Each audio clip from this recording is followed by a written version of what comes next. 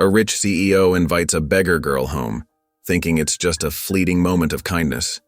But as the girl steps into his world, her worn locket catches his eye.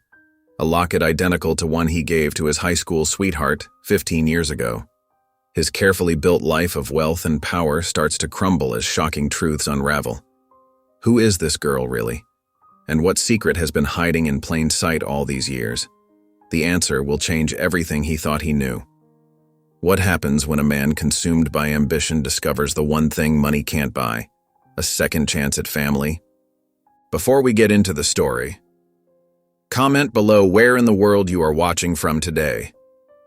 Joshua Hart stood at the floor-to-ceiling windows of his corner office, staring at the twinkling city lights below. The clock on his mahogany desk showed 9:45 p.m., but time meant little to him these days. Success had a way of making hours blend together, turning days into an endless parade of meetings, deals, and responsibilities. His office, like everything else in his life, was a testament to his achievements. Italian leather furniture, original artwork, and a desk that cost more than most cars filled the spacious room. Yet despite the luxury surrounding him, an emptiness lingered in the air, as tangible as the leather-bound contracts spread across his desk. Running his fingers through his graying hair, Joshua turned back to the stack of papers demanding his attention. The merger documents weren't going to review themselves. His phone buzzed, another message from Sarah, his assistant of 8 years. "Mr. Hart, I've rescheduled tomorrow's 8 a.m. to 9:30 a.m. The board is getting anxious about the merger timeline. They're requesting an update by end of week." Joshua typed a brief "noted" in response. Sarah was more than an assistant. She was the gatekeeper of his carefully constructed world. She understood his preference for efficiency over small talk, for action over emotion.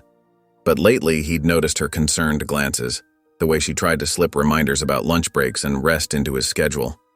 The next morning, Sarah met him at the elevator with his usual black coffee and a tablet displaying his day's schedule.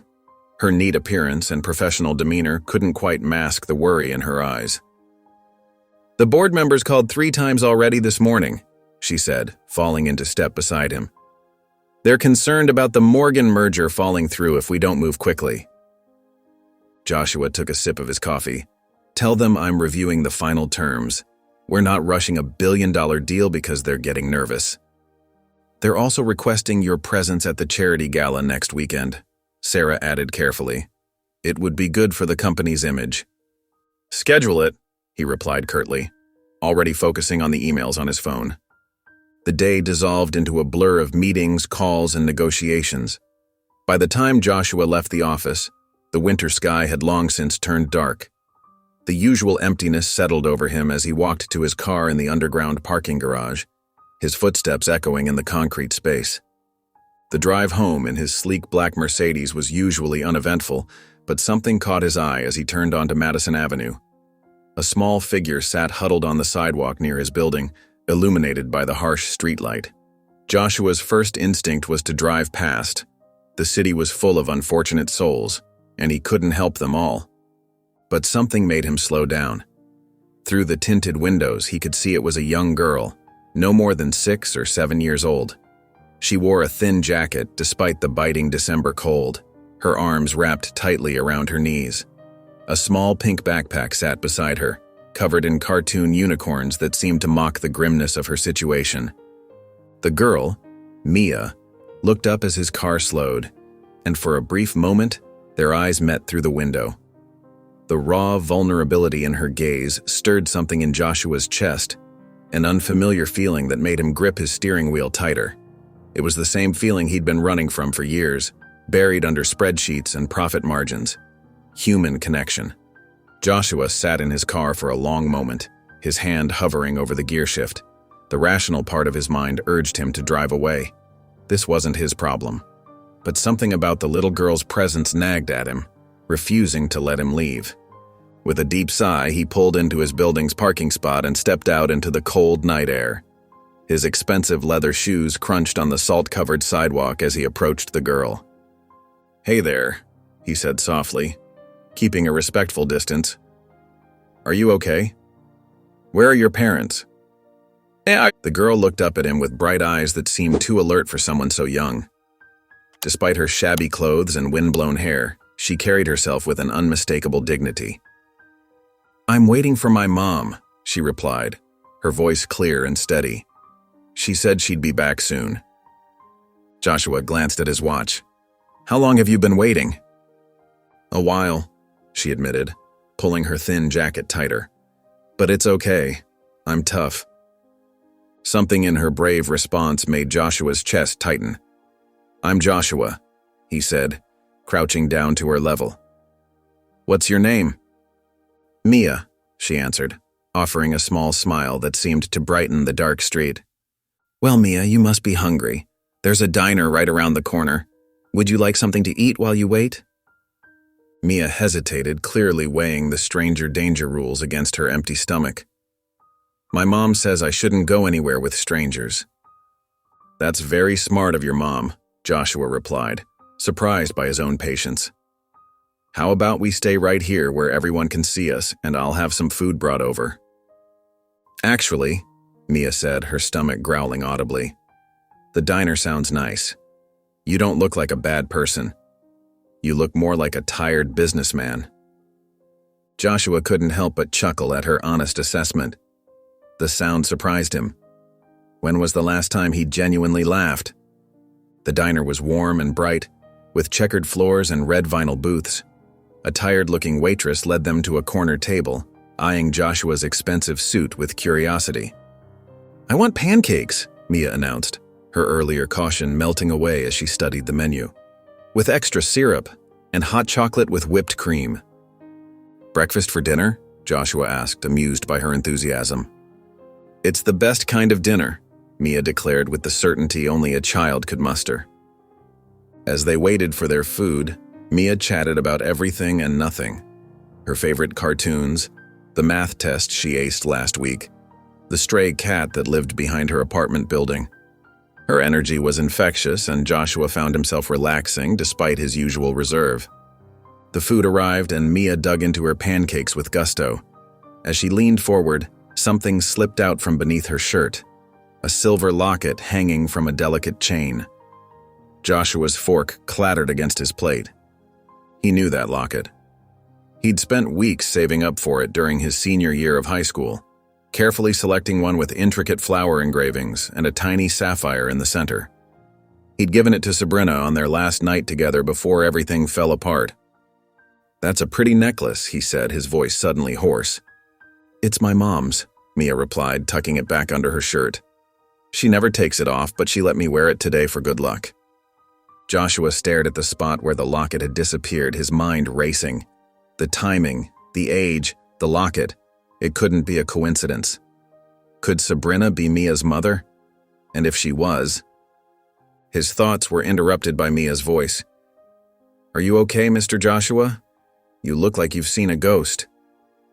Joshua's hand trembled slightly as he gripped his steering wheel, glancing at Mia, who sat quietly in the passenger seat. The city lights reflected off the car's windows as he drove toward the downtown shelter he knew of. "You'll be safe there," he said, more to convince himself than her.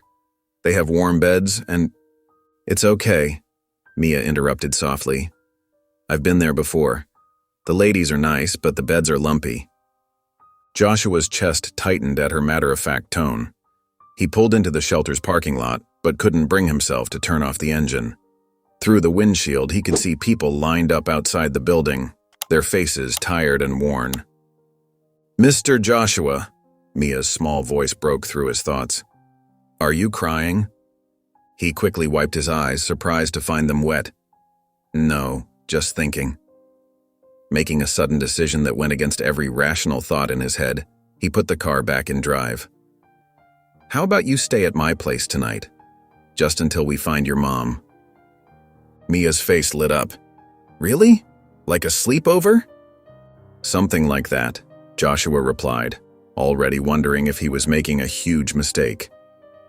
20 minutes later, they stepped into his penthouse apartment. Joshua watched as Mia's eyes widened at the sight of floor-to-ceiling windows overlooking the city skyline. "Wow," she exclaimed, running to press her nose against the glass. "We're so high up, The cars look like toys. Joshua found himself smiling at her enthusiasm. Be careful near the windows, he cautioned, then realized he had no idea what else to say.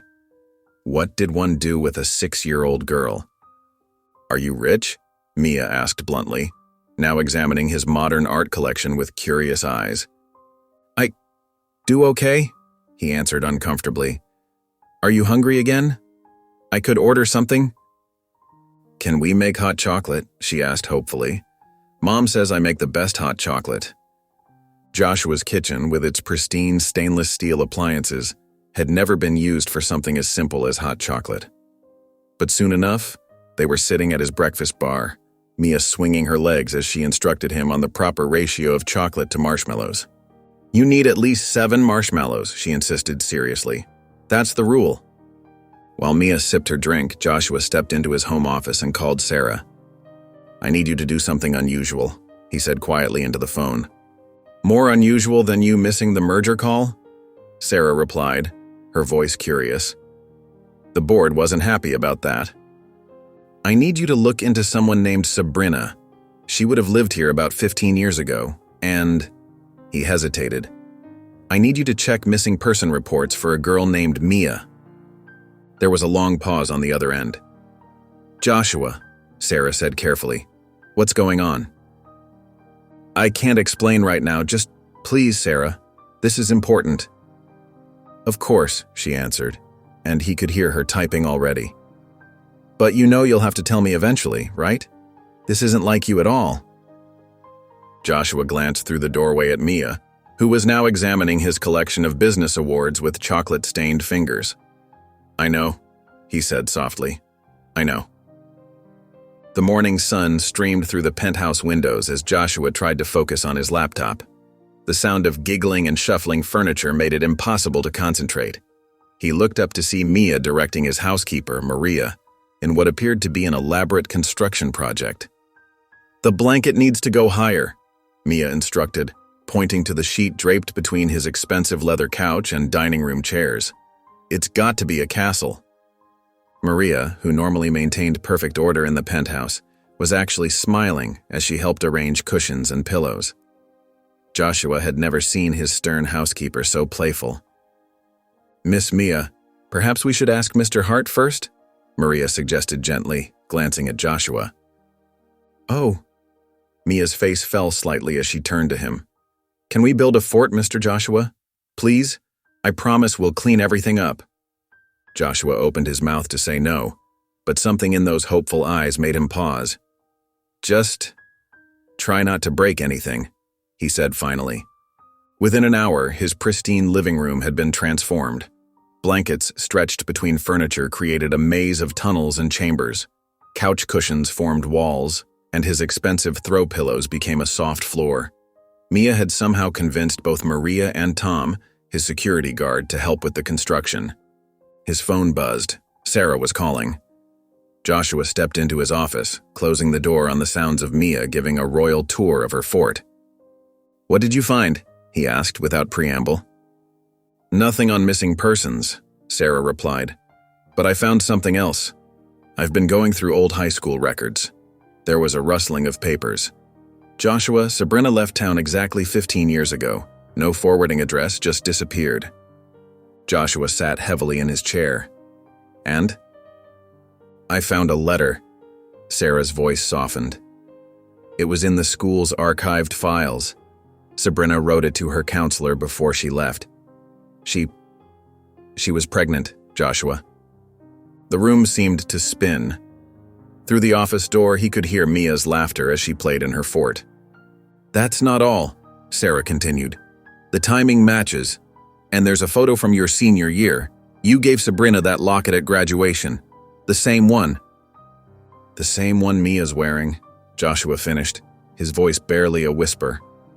A crash from the living room made him jump. He rushed out to find one of his modern art sculptures had fallen.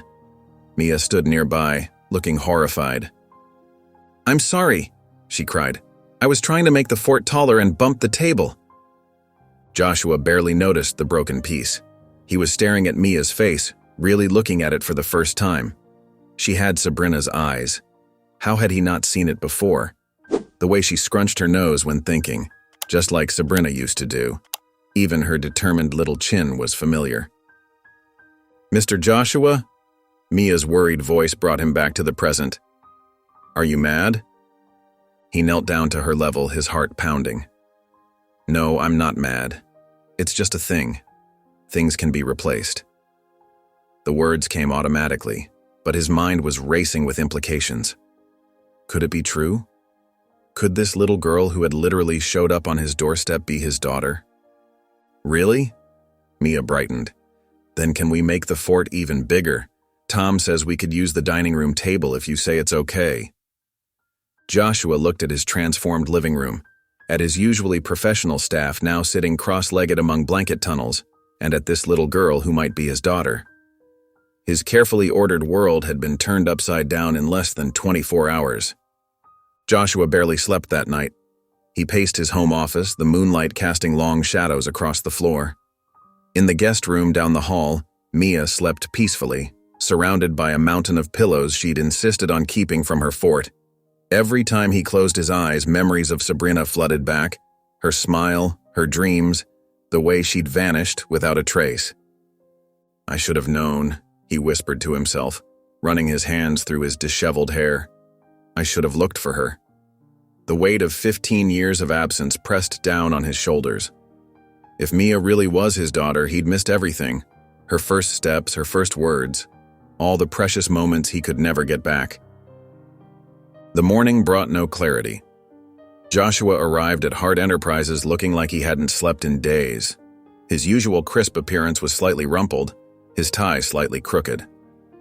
The board members exchanged glances as he walked into the conference room. "Mr. Hart," Richard Matthews, the head of the board, cleared his throat. "The Morrison merger documents require your immediate attention. The deadline is approaching." Joshua stared at the stack of papers before him, the words blurring together. "Yes, of course." "Are you feeling all right?" another board member asked. "You seem distracted." "I'm fine," Joshua replied automatically. But his mind wandered to Mia, who was probably exploring every corner of his penthouse with Maria watching over her. "With all due respect," Matthews leaned forward, his voice sharp. "This merger is worth billions. We can't afford any mistakes. The shareholders are watching closely." Joshua's phone buzzed, a text from Sarah about finding more information. He reached for it, but Matthews's stern voice cut through. "Mr. Hart, perhaps we should reschedule if you're not fully committed to this discussion." The accusation in Matthews's tone snapped Joshua to attention. He'd built this company from nothing, sacrificed everything for it. But for the first time in his life, the numbers and deals felt hollow compared to the weight of the silver locket in his pocket. After the meeting, Joshua retreated to his office where Sarah was waiting. Without a word, he placed Mia's locket on the desk between them. "I need to know everything," he said quietly. "Where Sabrina went. What happened to her. If Mia is..." His voice caught. "If she's really mine." Sarah picked up the locket carefully. The inscription inside, "Forever yours, J.H. It matches your handwriting from the old school records I found." "I gave it to her the night of graduation." Joshua's voice was distant, lost in memory. "She was talking about her dreams, about traveling the world. I promised we'd do it together someday." He pressed his palms against his desk. 2 weeks later, she was gone. "I'll keep digging," Sarah assured him. "I've got contacts at hospitals in neighboring states. If she gave birth anywhere in the region, we'll find records." "What if?" Joshua hesitated, voicing the fear that had kept him awake all night. What if she left because of me? Because she knew I was too focused on building the company, too driven to be a father? Sarah's expression softened. The Joshua Hart I knew back then might have been. But the man I see now? The one who took in a shivering little girl and built pillow forts in his $1 million penthouse? That's someone different. Joshua pulled out his phone, looking at a photo Maria had sent of Mia at breakfast. Syrup somehow smeared across both cheeks as she grinned at the camera. Find her, Sarah. Whatever it takes. Sarah's network of contacts finally paid off 3 days later. She stood in Joshua's office, her tablet clutched tightly against her chest, watching his face as she delivered the news. "I found her, Joshua. Sabrina's been living in a small apartment on the east side of the city. She's—" Sarah hesitated, choosing her words carefully. "She's been ill. Medical bills were what led me to her." Joshua's hands gripped the edge of his desk, his knuckles turning white. "All this time she was so close," he whispered. The weight of 15 years pressed down on his shoulders. "She agreed to meet you," Sarah continued softly. "Tomorrow afternoon, here at the penthouse." Joshua paced near his office window, the city sprawling below him like a glittering carpet. What do I even say to her? After all this time? "Just be honest," Sarah advised, her voice gentle. "That's all anyone can do." The next day arrived too quickly. Joshua found himself straightening pictures that didn't need straightening, adjusting cushions that were already perfect. Mia watched him from her perch on the couch, swinging her legs back and forth. "Why are you so nervous?" she asked, tilting her head. "Is someone special coming?" Before Joshua could answer, the elevator chimed. His heart stopped for a moment. Sarah stepped out first, and behind her, Sabrina looked different from his memories.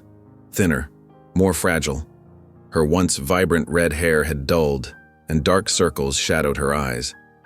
But when she looked at him, he saw the same gentle spirit that had captured his heart in high school. "Joshua," she said softly, her voice trembling slightly. "Sabrina." Her name felt foreign on his tongue after so many years. They stood in awkward silence until Sarah quietly ushered Mia toward the kitchen, leaving them alone. Sabrina's eyes followed the little girl, filling with tears. "She's beautiful, isn't she?" Sabrina's voice cracked. "She has your eyes." Joshua's throat tightened. "Why didn't you tell me?" The words came out more sharply than he intended. Sabrina sank into a nearby chair, her hands twisting in her lap. "I was scared," she admitted. "You were so focused on your dreams, on building your empire. The night I found out I was pregnant, you spent 3 hours talking about your 5-year business plan." "I would have helped," Joshua protested, but Sabrina shook her head. "Would you have? Really?" She looked up at him, tears streaming down her face. "You were already working 18-hour days. You canceled dates for business meetings. I couldn't bear the thought of our child being just another appointment in your calendar." From the kitchen, they heard Mia's laughter, bright and clear. Joshua closed his eyes, the sound piercing his heart. "I missed everything," he said, his voice rough with emotion. "Her first steps, her first words." "I know," Sabrina whispered. "I'm sorry. I thought I was protecting her, but maybe I was just afraid." They heard a small gasp and turned to see Mia standing in the doorway, her eyes wide as she looked between them. The tension in the room was palpable, even to a 6-year-old. She clutched her favorite stuffed rabbit closer, sensing something important but not quite understanding what. Sarah appeared behind her, placing gentle hands on Mia's shoulders. "How about we go make some hot chocolate?" she suggested. But Mia's eyes remained fixed on Sabrina, a flicker of recognition crossing her young face. The room fell silent, heavy with unspoken words and years of separation, as 3 hearts beat with uncertainty about what would come next. The city lights twinkled outside the penthouse windows as Sabrina sat on the plush sofa, her hands wrapped around a warm cup of tea. Joshua watched her from across the coffee table, noting how fragile she looked in the soft lamplight. "After I left," Sabrina began, her voice barely above a whisper, "I moved in with my aunt in another state. I worked 2 jobs until I was too big to hide the pregnancy." She paused, taking a shaky breath. "The pregnancy was hard. The doctor said I had a heart condition they hadn't caught before." Joshua's chest tightened. "You went through all that alone?" "I had no choice," she replied, setting down her cup. "The medical bills kept piling up. Even after Mia was born, my heart—" She pressed a hand to her chest. "It's never been the same. Some days, just climbing stairs leaves me breathless." Tears rolled down her cheeks as she continued. "But Mia, she's been my strength. Every time I wanted to give up, her smile kept me going. We moved back to the city last year when my aunt passed away. I've been working from home, doing data entry, trying to make ends meet. Joshua stood up and walked to the window, his reflection showing the conflict on his face. All these years I threw myself into work, building this empire. And for what? I missed out on my own daughter's life.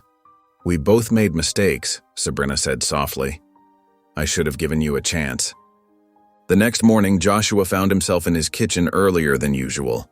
He'd asked his chef to prepare Mia's favorite breakfast, chocolate chip pancakes.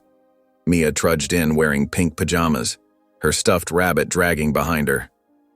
Good morning, Joshua said, trying to sound cheerful. I heard you like pancakes. Mia climbed onto a stool at the kitchen island, but instead of her usual bright smile, she just nodded. Her eyes kept darting toward the guest room where Sabrina was staying. Would you like some strawberries with your pancakes? Joshua asked, reaching for the bowl of fresh fruit. No, thank you, Mia mumbled, pushing her food around with her fork. The usual sparkle in her eyes was missing. Is everything okay? Joshua asked, sitting beside her. Mia's lower lip trembled. Are you and my mommy fighting? The question caught Joshua off guard. No, sweetheart, we're just trying to figure things out. Then why does she look sad when she looks at you? Mia's voice was small and worried. Before Joshua could answer, Sabrina appeared in the doorway, a small suitcase in her hand. She looked pale and tired. I think it's best if we go, she said quietly. This is too much, too fast. We're disrupting your life. Joshua stood up quickly. No, please. He glanced at Mia, who was watching them with wide, fearful eyes. You can't leave. Not again. Joshua. Listen, he said, lowering his voice. I know this is complicated, but Mia needs stability right now. She needs both of us. He ran a hand through his hair. Stay, at least until we figure out how to handle this. The penthouse has plenty of room and you need rest. I can see how tired you are. Sabrina hesitated, her hand tightening on the suitcase handle. I don't want your charity. It's not charity, Joshua insisted. It's about Mia, about making up for lost time. He paused, looking at their daughter, who sat quietly watching them. Please, Sabrina, let me help this time. Later that evening, Mia found Joshua in his home office, surrounded by stacks of papers and his laptop's blue glow. She clutched her stuffed rabbit close to her chest as she approached his desk. Why do you and Mommy fight? She asked suddenly, her small voice breaking the silence. Joshua looked up, startled. He pushed his laptop aside and motioned for her to come closer. We're not fighting, sweetheart. Sometimes grown-ups just need time to figure things out. Mia climbed onto his lap, her brow furrowed in concentration. But you look mad when you talk to each other, and Mommy gets that sad face she used to get when we didn't have enough money for groceries. Joshua's heart clenched at her words. He wrapped his arms around her tiny frame, breathing in the sweet scent of her strawberry shampoo. It's complicated, Mia. Your mommy and I, we knew each other a long time ago. We made some mistakes and now we're trying to fix them. Did you do something bad? Mia's innocent question made him wince. No, not bad. We just didn't talk to each other when we should have. The next morning, Joshua decided to take Mia to his office. He hoped showing her his world might help bridge the gap between them. As they rode the elevator to the top floor, Mia's eyes widened at the glass walls and city views. This is where you work? She asked in awe, pressing her nose against the window. Yes, this is where I spend most of my time, Joshua replied, leading her through the bustling corridors. They reached the boardroom just as an emergency meeting was starting. The board members sat around the long table, their faces stern with concern over the pending merger. Mr. Hart, we need to discuss the Morgan deal immediately, one of the board members said, then paused at the sight of Mia. This is my daughter, Mia, Joshua announced, surprising himself with the pride in his voice. She's visiting today. Mia waved cheerfully at the serious faces around the table. As the meeting progressed, she sat quietly beside Joshua, coloring in her book. But during a heated discussion about profit margins, she suddenly looked up. Do any of you have little girls? She asked innocently. The room fell silent. One of the older board members cleared his throat. I have 2 granddaughters. Do you play dolls with them? Mia continued. Daddy hasn't played dolls with me yet, but maybe he will when he's not so busy with this merger thing. Joshua felt his face flush as the board members exchanged glances. Before he could respond, Sarah appeared at the door, gesturing urgently for him. In the hallway, Sarah's expression was worried. Joshua, the Morgan representatives are threatening to walk. They say you've missed 3 crucial meetings this week. I had family matters to attend to, Joshua replied firmly. Family matters. Sarah's voice lowered. Joshua, you've built this company from nothing. This merger could secure its future for decades. Are you really willing to risk everything you've worked for? Joshua glanced through the glass walls at Mia, who was now showing her drawings to an amused board member. Maybe I'm finally realizing what's really worth working for, Sarah. The board won't understand that, Sarah warned. They're already talking about bringing in temporary leadership until this situation with Sabrina and Mia is resolved. Joshua straightened his shoulders, his jaw set. Then let them talk. For 15 years, I've put this company first. I've missed out on my daughter's entire life. I won't make that mistake again. The weekend brought a rare break from work, and Joshua decided to spend it showing Mia around the city. As they walked down the bustling streets, Mia's small hand clutched tightly in his. Her eyes sparkled with excitement at every new sight. Sabrina followed a few steps behind, watching their interaction with a mix of joy and hesitation. Suddenly, Mia stopped in her tracks. Look, Mommy! It's our park! She pointed eagerly at a small green space nestled between tall buildings. Without warning, she tugged Joshua's hand, pulling him toward the entrance. Come on, Daddy, this is where Mommy and I used to have picnics. Joshua glanced back at Sabrina, who had gone very still. Her eyes were fixed on the old wooden bench near the playground, and he could see the memories washing over her face. We used to come here almost every Sunday, Sabrina said softly, her voice barely audible above the city noise. Even when we could barely afford bread and juice for our picnic. Mia ran ahead to the swings, her laughter carried by the breeze. Joshua and Sabrina settled on a nearby bench, watching their daughter pump her legs higher and higher. I should have been there, Joshua said, his voice thick with emotion. All those Sundays, all those moments. I missed everything. Sabrina wrapped her arms around herself, shivering slightly despite the mild temperature. We both made mistakes, Joshua. I was young and scared. You were so focused on building your empire. I was a fool, he interrupted, running a hand through his hair. I thought success meant everything.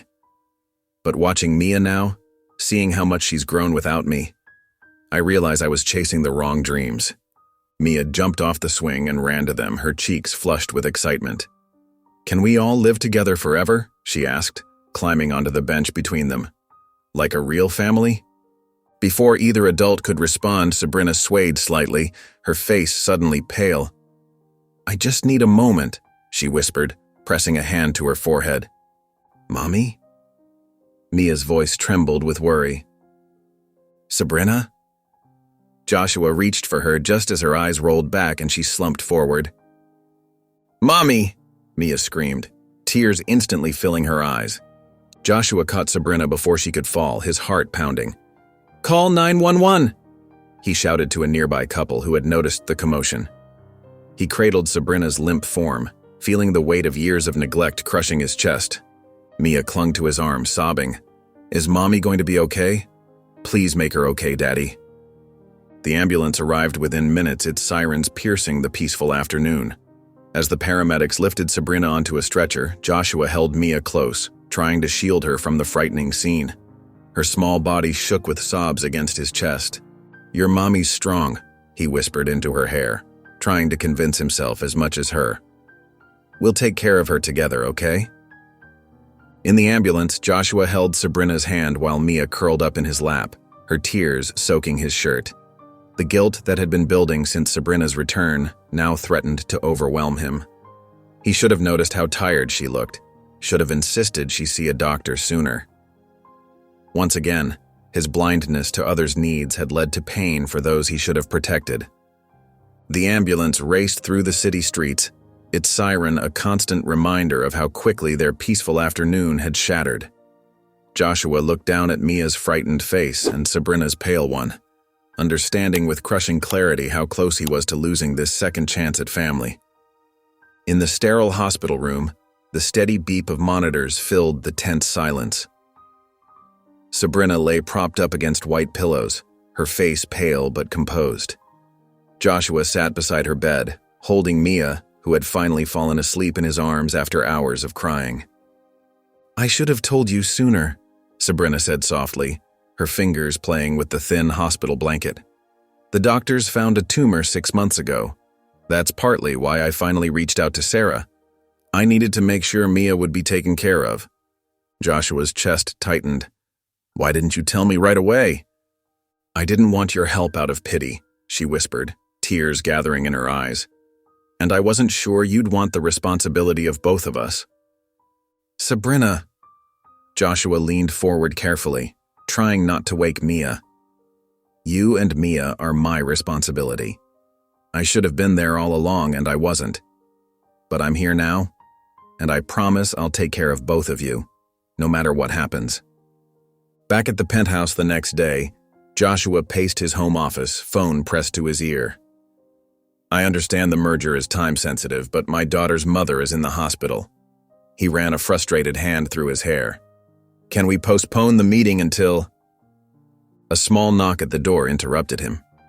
Sarah stood in the doorway, holding a tablet and wearing a concerned expression. Behind her, Mia peeked around the corner, her small face worried.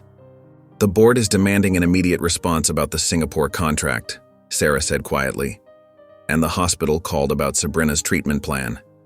Joshua felt pulled in different directions. His phone buzzed again with another urgent message from the board. "I need to handle this call first," he said, turning back to his desk. "Daddy?" Mia's small voice made him freeze. "You promised to take me to see Mommy." Sarah stepped forward, her expression softening. "You know, I remember when you used to work through weekends without blinking an eye. Now you can barely focus on a spreadsheet when Mia needs you." She smiled gently. "It's a good change, Joshua." Joshua looked at his assistant of 8 years, seeing the truth in her words, but before he could respond, his phone rang again. He glanced at it anxiously. "The board can wait 15 minutes, Sarah said firmly, already reaching for his phone. "Take Mia to get her coat. I'll handle this call and reschedule your afternoon meetings." As Joshua helped Mia with her coat buttons, she looked up at him with those earnest eyes that seemed to see right through him. "Daddy, why do you work so much?" Joshua paused, realizing he didn't have a good answer. "I guess I thought it was important." "More important than us?" Mia's lower lip trembled slightly. Joshua knelt down to her level, his heart aching. "Nothing is more important than you and your mom, sweetheart." Mia wrapped her small arms around his neck. "Then we just want you, not your work," she said simply, with all the wisdom of a child who saw things clearly.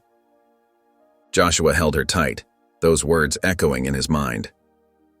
All his life, he'd chased success, thinking it would fill the emptiness inside him. But here was this little girl, offering him everything he really needed, asking only for his presence in return. His phone buzzed again in his pocket, but for the first time in his career, Joshua's heart let it ring. The tension in Sabrina's hospital room was thick enough to cut with a knife. Joshua stood by the window, his tie loosened after another long day at the office, while Sabrina sat up in her bed, her face flushed with anger despite her weakness. "You missed 3 of my treatments this week," she said, her voice trembling. "And Mia waited for you at her dance practice for 2 hours yesterday." "The merger is at a critical stage," Joshua replied, his words sounding hollow even to himself. "I'm trying to balance everything." "Balance?" Sabrina let out a bitter laugh. "You haven't changed at all, Joshua. Still the same cold, work-obsessed man who couldn't make time for anything else. I was right to leave back then. At least Mia didn't have to grow up watching her father choose his empire over her." The words hit Joshua like a physical blow. Before he could respond, his phone buzzed. Again. Always again. Across town at Hart Enterprises, Sarah lingered outside the boardroom, her heart racing as she overheard Marcus Chen, the CEO of their biggest competitor, speaking to the board members. Joshua Hart is clearly distracted, Chen's smooth voice carried through the door. The Singapore merger is slipping through our fingers. Perhaps it's time to consider new leadership, someone more focused on the company's future. Sarah's hand tightened around her tablet. She hurried to Joshua's office and waited for his return, pacing nervously. When Joshua finally arrived, his face drawn with exhaustion, Sarah didn't waste time. Marcus Chen is making a play for your position. He's convinced half the board that your family situation is compromising the company's interests. Joshua sank into his chair, staring at the family photo Mia had drawn and placed on his desk just yesterday. The stick figures held hands, Mommy, Daddy, and Mia, with wobbly hearts floating around them. "You know what's strange, Sarah?" he said quietly. "For the first time in my life, I'm not terrified of losing this." He gestured to his office. "What terrifies me is losing them." He pulled out a fresh legal pad and began writing. "I want you to take over as CEO." Sarah's eyes widened. "What? You've been running this company behind the scenes for years. You understand both the business and the human side of leadership, something I'm only starting to learn." He continued writing, his pen moving with purpose. "I'll draft a transition plan. We'll present it to the board before Chen can make his move." "Joshua, are you sure about this? You've spent 15 years building this company." He looked up at her, his expression clearer than she'd seen it in weeks. "I spent 15 years building this company because I thought success would fill the emptiness inside me. But all it did was cost me my family. I won't make that mistake again." Mia huddled in her pink pajamas behind the partially open door of her bedroom, tears streaming down her face as she listened to the angry voices coming from the living room. "Everything is falling apart because of this situation," Sabrina's voice cracked with emotion. "What do you want me to do?" Joshua's response was sharp and frustrated. "I'm trying to fix things." To 6-year-old Mia's ears, this situation could only mean one thing: her. Her small shoulders shook as she crept back to her bed, clutching her teddy bear tight against her chest. The grown-up's words swirled in her head. Falling apart. Fix things. Situation. Late that night, when the penthouse was quiet except for the soft hum of the air conditioning, Mia slipped out of bed. She carefully packed her backpack with her teddy bear and the family drawing from Joshua's desk. With trembling fingers, she scribbled a note in crayon. "I'm sorry, I made everything bad." The night security guard was dozing when she snuck past, small feet padding silently across the lobby floor. Morning brought chaos to the penthouse. Joshua knocked on Mia's door for breakfast, finding only an empty bed and her tear-stained note. His heart stopped. "Sabrina!" His shout echoed through the apartment. "Mia's gone!"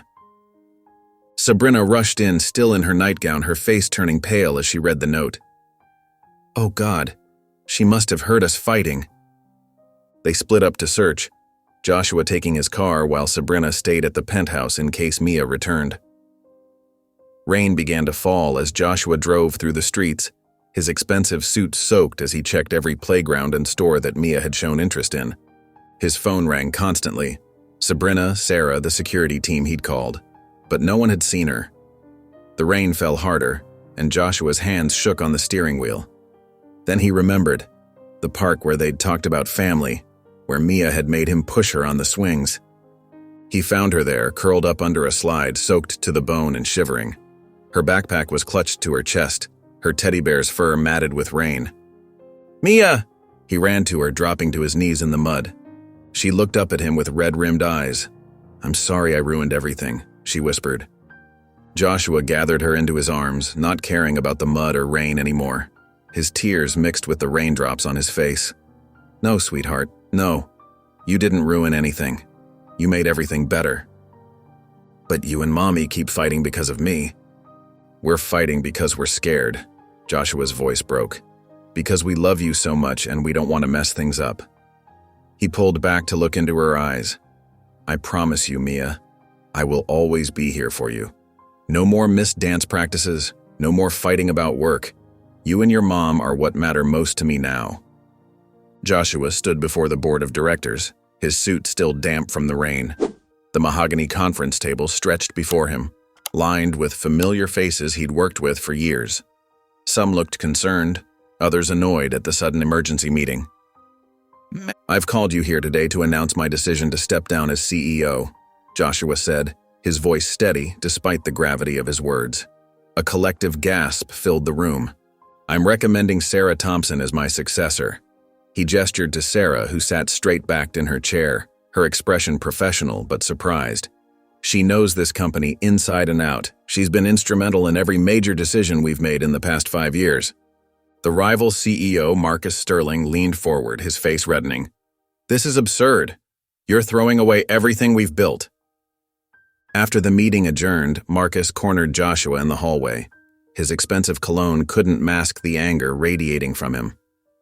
"You're making a terrible mistake, Hart. All this because of some kid and your ex?" Joshua adjusted his tie calmly. "My daughter and her mother," he corrected. "And Sarah will do an excellent job. The company's in good hands." "You're soft," Marcus spat. The Joshua Hart I knew would never let sentiment cloud his judgment. The Joshua Hart you knew was missing out on what really matters. Joshua's voice remained steady, but his eyes held a quiet strength that made Marcus step back. Later that evening, Joshua found Sabrina sitting on the penthouse balcony, wrapped in a blanket against the cool air. He told her about his decision to step down. She looked at him with guarded eyes. "This isn't like you, Joshua. The man I knew would never give up control of his company." "The man you knew didn't understand what he was missing," Joshua replied, sitting beside her. "I want to be there for Mia's dance recitals, her school plays. I want to be there for you too." Sabrina shook her head slowly. "Words are easy, Joshua. I've heard promises before." She pulled the blanket tighter around her shoulders. "Real change takes more than grand gestures. It takes daily choices, constant effort. Are you truly ready for that?" The challenge in her voice was clear. Joshua looked out at the city lights, thinking of Mia's tear-stained face under the playground slide. "I am," he said quietly, "and I'll prove it, day by day." The invitation sat on Joshua's desk like a challenge. Parent-Child Activity Day was printed in cheerful letters across the top, decorated with crayon drawings. He picked it up, his fingers tracing the edges as Sarah walked in with his usual morning coffee. "You should go," she said, noticing his hesitation. "Board meetings can wait." Joshua nodded slowly, remembering Mia's excited face when she'd handed him the invitation. "I've never done anything like this before." The morning of the event, Joshua felt oddly nervous as he walked into Mia's elementary school. The hallways buzzed with chatter and laughter, so different from his usual corporate environment. Colorful artwork lined the walls, and the smell of craft supplies filled the air. In Mia's classroom, children and parents sat at small tables covered in construction paper and glue sticks. Joshua's expensive suit felt out of place among the casual clothes of other parents. He awkwardly folded his tall frame into a tiny chair next to Mia. "Today we're making family trees," announced Mrs. Thompson, Mia's teacher. Joshua stared at the materials before him, feeling lost until Mia grabbed his hand. "I'll show you how, Daddy," she whispered, her eyes shining with pride. The word Daddy still caught him off guard, making his heart squeeze. A mother at the next table dropped her scissors when Mia introduced Joshua. "This is my dad," Mia announced proudly. "He runs a big company, but he came to make family trees with me instead." Joshua felt his cheeks warm as he noticed other parents whispering and glancing his way. He recognized some of them from business magazines and charity events, where they knew him as the ruthless CEO of Hart Industries. But here, helping Mia cut out paper leaves and write family names, he was just another dad. His fingers were soon covered in glue, and his tie had a smudge of green marker, but Mia's delighted giggles made it worth it. On the drive home, Mia clutched their finished family tree to her chest. "Did you have fun, Daddy?" she asked, her voice small but hopeful. Joshua glanced at her in the rearview mirror. "I did, sweetheart. More than any business meeting I've ever had." "Really?" Her face lit up. Even more than when you make lots of money?" Joshua chuckled, but his chest tightened with guilt. How many moments like this had he missed? How many school events had Mia attended alone, watching other children with their parents? "Really," he assured her. "I'm sorry I wasn't there for other activities before." "It's okay," Mia said with the simple forgiveness that only children can offer. "You're here now, and you made the prettiest leaves on our whole family tree."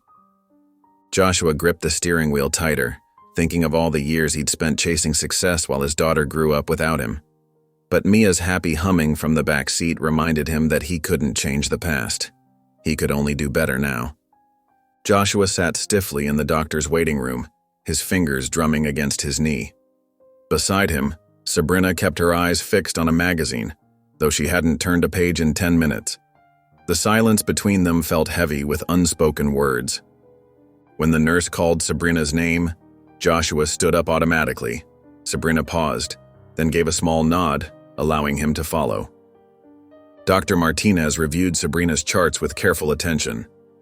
"Your condition is stable," she said, looking up over her glasses. "But we need to maintain vigilance. This will require ongoing treatment and monitoring." Joshua leaned forward. "What kind of long-term care are we looking at?" The doctor outlined a treatment plan that made Joshua's stomach clench. Regular medications, monthly checkups, potential procedures. The list seemed endless.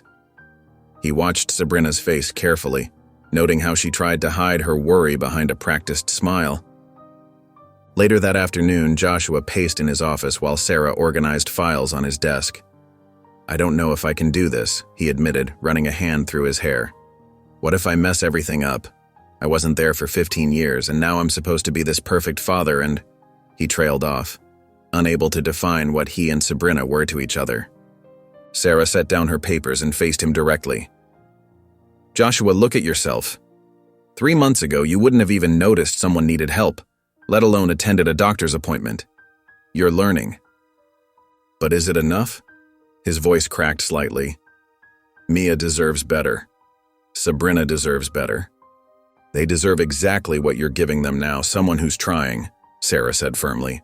"I've watched you change from a man who lived for board meetings to someone who makes family trees with his daughter."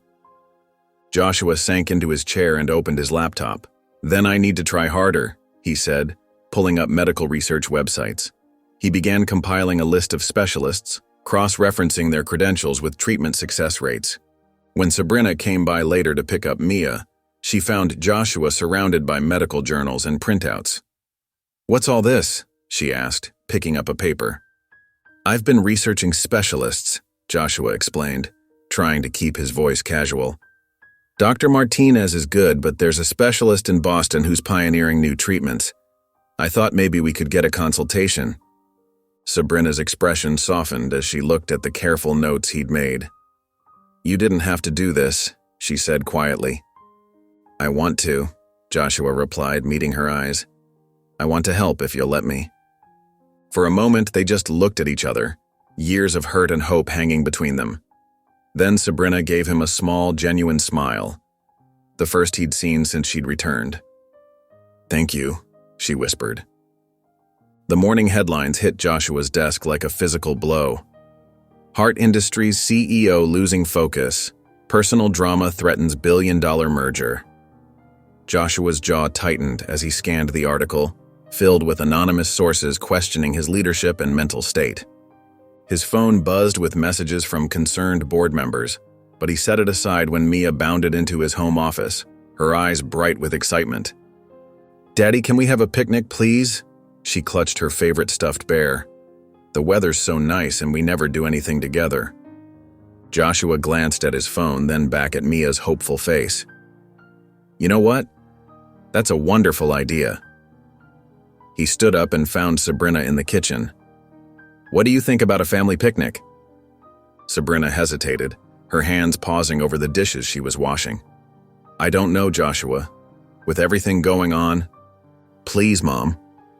Mia hugged her mother's legs. "We can make those sandwiches you used to pack for our special days." Something in Sabrina's expression softened.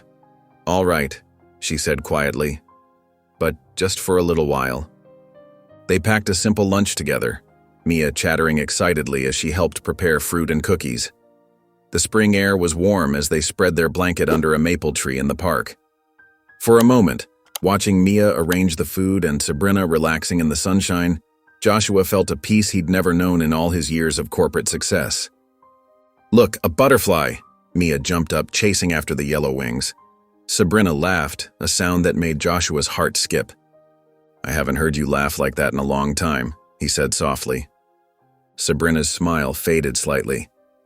"It's been a long time since I felt like I could." Before Joshua could respond, his phone vibrated. Sarah's name flashed on the screen. He answered quietly, turning away from the blanket. "Joshua, Marcus is making his move." Sarah's voice was urgent. "He's called an emergency board meeting for tomorrow morning. He's claiming you've breached your fiduciary duties by stepping back from the merger negotiations." "That's ridiculous," Joshua whispered harshly.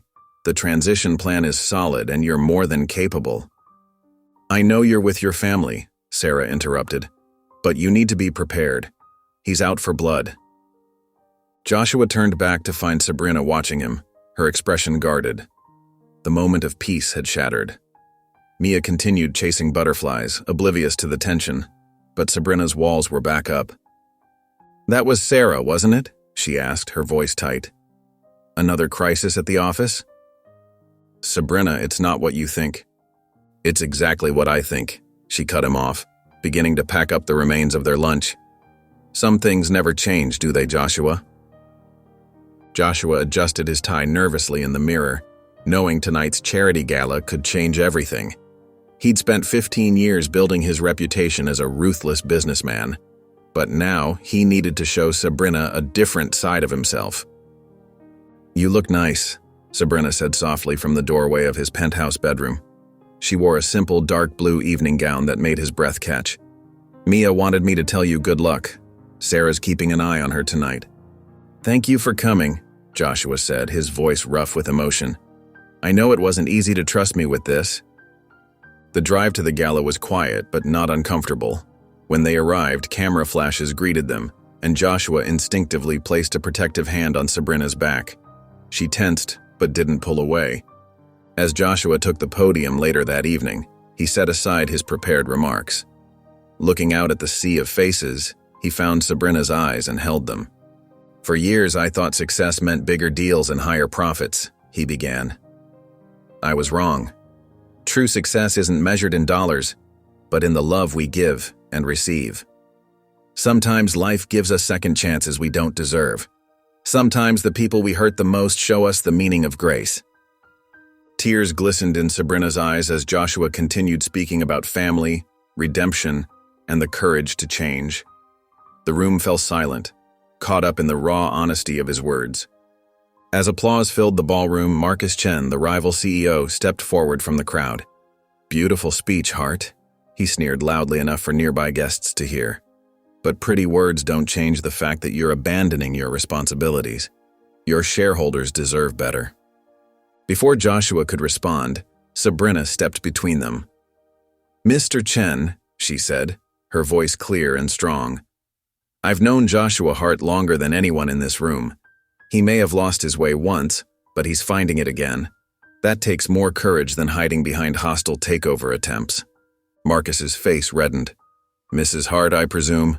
he said coldly. "Yes," Sabrina replied without hesitation, surprising Joshua with her use of his surname. "And I suggest you direct any further concerns through proper channels instead of trying to ambush him at charity events." The surrounding guests murmured in approval as Marcus retreated, leaving Joshua and Sabrina standing together.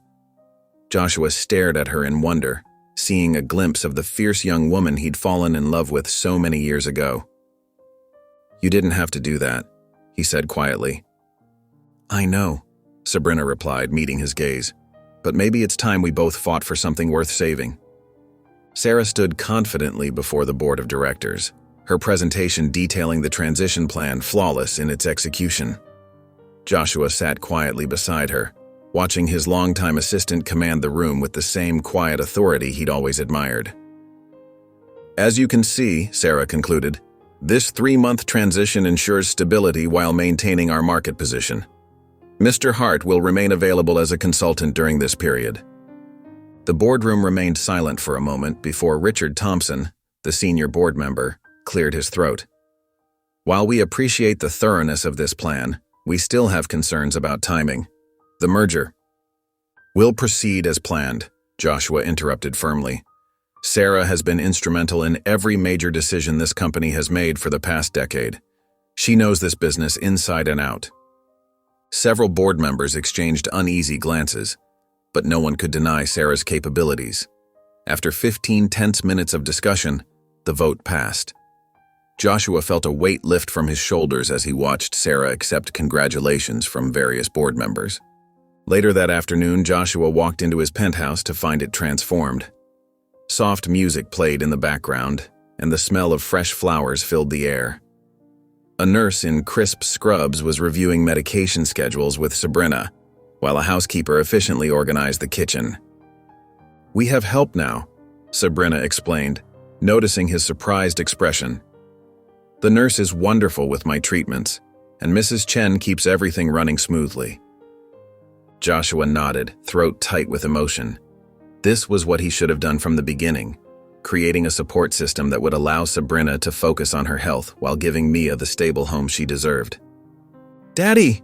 Mia's excited voice rang out as she burst from her room, her school uniform slightly rumpled. "Can we have dinner together tonight? All of us?"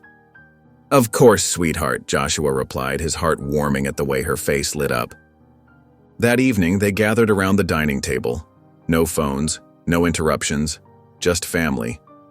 Mrs. Chen had prepared a feast of comfort foods, and Mia chatted excitedly about her day at school. Joshua noticed how Sabrina seemed more relaxed, laughing at Mia's stories and even sharing a few of her own. "I made something for you," Mia announced as they finished dessert. She pulled a folded paper from her pocket, suddenly shy. "Sarah helped me with the spelling." Joshua opened the card carefully. Construction paper hearts decorated the outside, and inside, in Mia's careful handwriting, were the words, "You're the best dad ever." Below, she'd drawn their family, Joshua, Sabrina, and herself, all holding hands. His vision blurred as he stared at the card. All those years chasing success, and here was the greatest achievement of his life, handed to him by a 6-year-old with chocolate ice cream on her chin.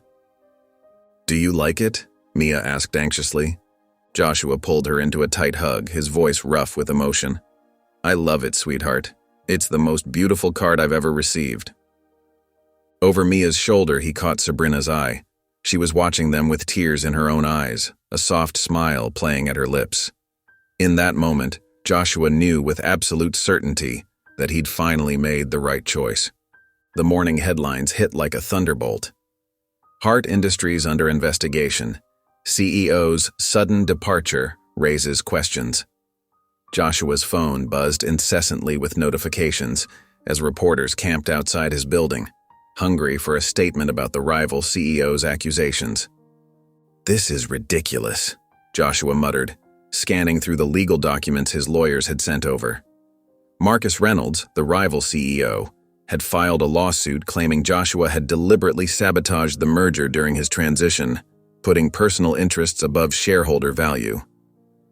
Cameras flashed as Joshua left his building, their rapid-fire clicks sounding like angry insects. Reporters swarmed around him, shoving microphones in his face. "Mr. Hart, did you intentionally tank the merger? Is it true you abandoned the company for an illegitimate child? What do you say to shareholders who've lost millions?" Joshua kept his head down, letting his security team clear a path to his car. The media circus followed him everywhere, to Mia's school, to Sabrina's doctor appointments, even to the grocery store. Their private life became public fodder for gossip columns and business magazines. Back at the penthouse, Sabrina paced nervously, her hands trembling as she set down a tablet displaying yet another scandalous headline. "This isn't working, Joshua," she said, her voice tight with anxiety. "They're digging into my past, publishing old photos. Someone even tried to interview my parents." "We knew there would be pushback," Joshua replied, trying to sound calmer than he felt. "The lawyers say Reynolds doesn't have a case." "This isn't just about the lawsuit," Sabrina's voice rose. Have you seen what they're writing about Mia? Calling her the billion-dollar baby and questioning her legitimacy? She's 6 years old, Joshua. She shouldn't have to deal with this. I can protect her, Joshua insisted, stepping closer. I can protect both of you. Like you protected us 15 years ago? The words shot out like bullets, and Sabrina immediately regretted them. I'm sorry, that wasn't fair, but maybe this was a mistake. Maybe we should have stayed away. Don't say that, Joshua's voice cracked. We're finally together, finally a family. At what cost? Sabrina demanded. Your reputation, Mia's privacy, our peace of mind. The nurses can barely get through the crowd to bring my medications. Their voices grew louder, years of buried hurt and fresh fears spilling out in harsh words and accusations. Neither noticed the small figure appearing in the doorway until they heard a sob. Please stop fighting, Mia cried, tears streaming down her face. Her small hands were balled into fists, and she clutched her precious locket. I don't want you to fight anymore. Joshua and Sabrina froze, their anger dissolving into shame as they watched their daughter break down. Everyone at school keeps asking questions, Mia hiccuped between sobs. They say mean things about Mommy, and they say Daddy did bad things. But you're not bad. You're my Mommy and Daddy, and I don't want to lose you. Sabrina moved first, crossing the room to gather Mia in her arms. Joshua joined them, wrapping both of them in a protective embrace as Mia continued to cry. I just want us to be together, Mia whispered into Sabrina's shoulder. Please don't make us go away again. The words hit both adults like a physical blow. Sabrina's eyes met Joshua's over their daughter's head, both seeing their own guilt and fear reflected back at them. The next morning, Joshua stood before a sea of reporters in the Hart Industries conference room. Camera lights flashed as he approached the podium, his usual crisp suit replaced by a more casual blazer and open-collar shirt. The room buzzed with anticipation, reporters ready to pounce on any sign of weakness. Thank you all for coming, Joshua began, his voice steady despite his racing heart. I know there are many questions about recent events at Hart Industries and my personal life. Today, I want to address them directly. He paused, his fingers brushing against Mia's locket in his pocket, a habit he'd developed for courage. 15 years ago, I made the biggest mistake of my life. I was so focused on building this company that I lost sight of what truly matters. I pushed away someone I loved, someone who needed me because I thought success meant everything. The room fell silent as Joshua continued, his voice growing more emotional. Recently, life gave me a second chance. I discovered I have a daughter, a beautiful, kind-hearted little girl who somehow found her way back to me. And with her came the realization that I've been measuring success all wrong. In their penthouse, Sabrina sat on the edge of the sofa, watching the press conference on TV. Mia curled up beside her, holding her hand tightly. They watched as Joshua spoke with raw honesty about his past mistakes and his journey toward change. Yes, I stepped down as CEO during a crucial merger, Joshua acknowledged to the reporters. Yes, I chose my family over the company, and I would make that choice again, every single time. Because while Hart Industries can find another CEO, my daughter only has one father, and I've already missed too many years of her life. Tears welled up in Sabrina's eyes as she watched Joshua speak. This wasn't the ambitious, emotionally distant man she'd known years ago. This was someone different. Someone who had learned to be vulnerable, to put love before power. Across town, Sarah sat in her office reviewing documents that had just arrived from the forensic accounting team. Her eyes widened as she scanned the numbers, quickly reaching for her phone. Meanwhile, at the press conference, Joshua continued. To those who question my decisions, I say this. I built this company from nothing because I thought it would make me whole. But true fulfillment isn't found in profit margins or stock prices. It's found in the smile of a little girl who calls you daddy for the first time. It's found in the courage of a woman who raised that little girl alone, fighting through illness and hardship. His phone buzzed in his pocket, Sarah's message. But Joshua kept speaking, his voice growing stronger. I'm not here to defend myself against accusations. I'm here to tell you that sometimes life gives you a chance to right your wrongs. And when that chance comes, you take it regardless of the cost. Back at the penthouse, Sabrina wiped tears from her cheeks as she watched Joshua field questions with grace and honesty. Each answer revealed more of the man he'd become: humble, caring, and deeply committed to his family. For the first time since their reunion, she felt her walls truly beginning to crumble. Her phone lit up with a message from Sarah. "Found something big. Marcus Reynolds has been cooking the books for years. Call me ASAP."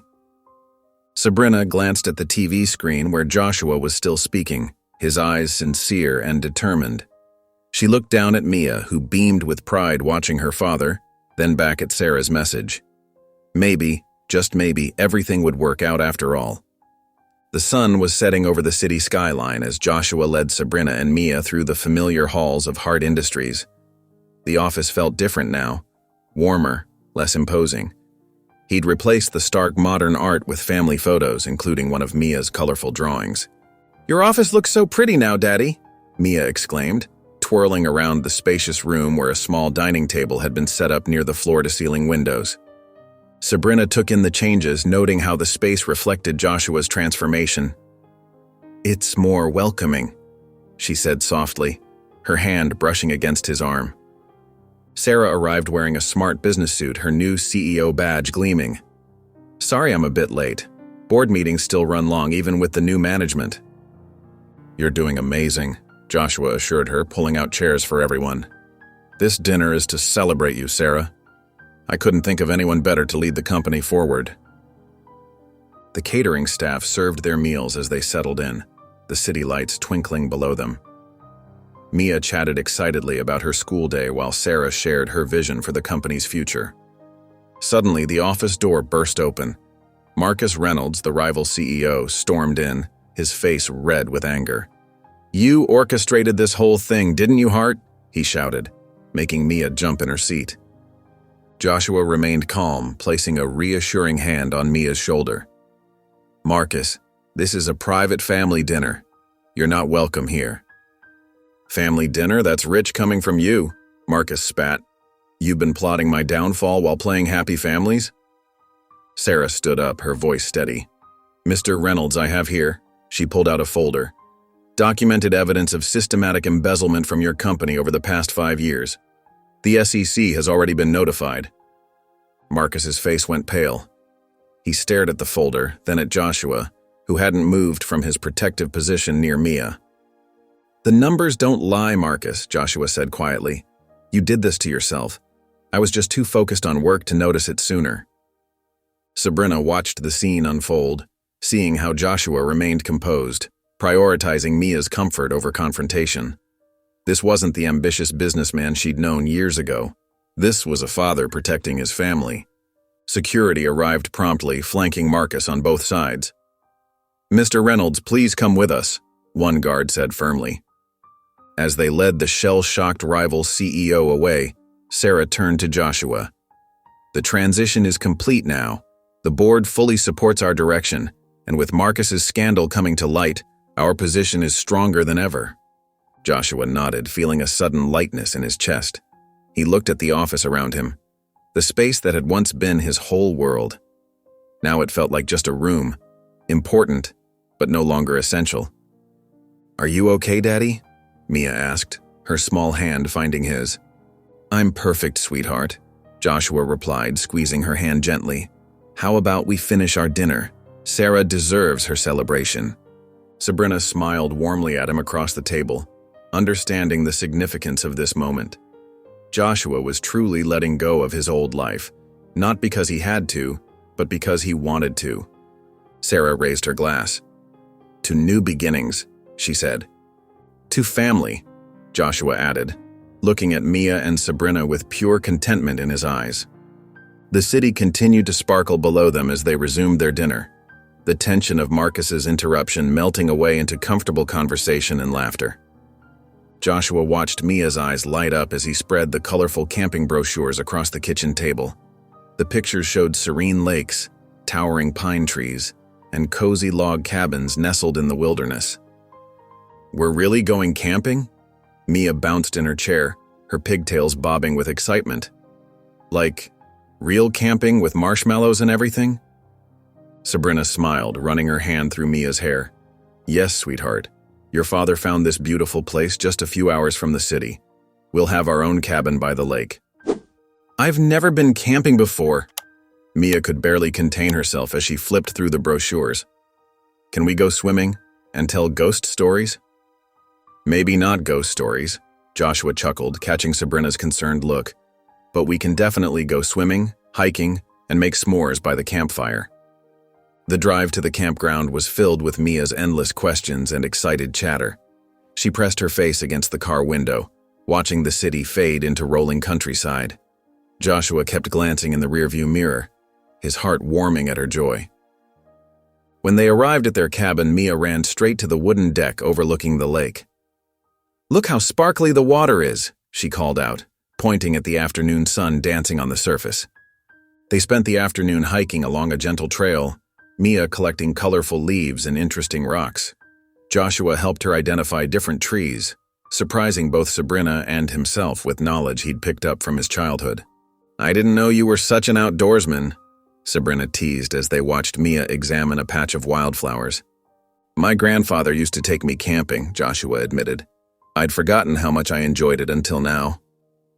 As evening approached, they gathered around the fire pit. Joshua showed Mia how to roast marshmallows, laughing as she got sticky sugar all over her face. Sabrina told stories about her own childhood adventures, and for the first time they felt like a real family sharing memories together. After Mia had dozed off in her camp chair, Joshua carried her inside and tucked her into bed. When he returned, he found Sabrina still by the fire, wrapped in a blanket and gazing at the stars. She's never been this happy, Sabrina said softly as Joshua sat beside her. I used to worry so much about not being able to give her enough. You gave her everything she needed, Joshua replied, carefully placing another log on the fire. I'm the one who needs to make up for lost time. They sat in comfortable silence, watching the flames dance.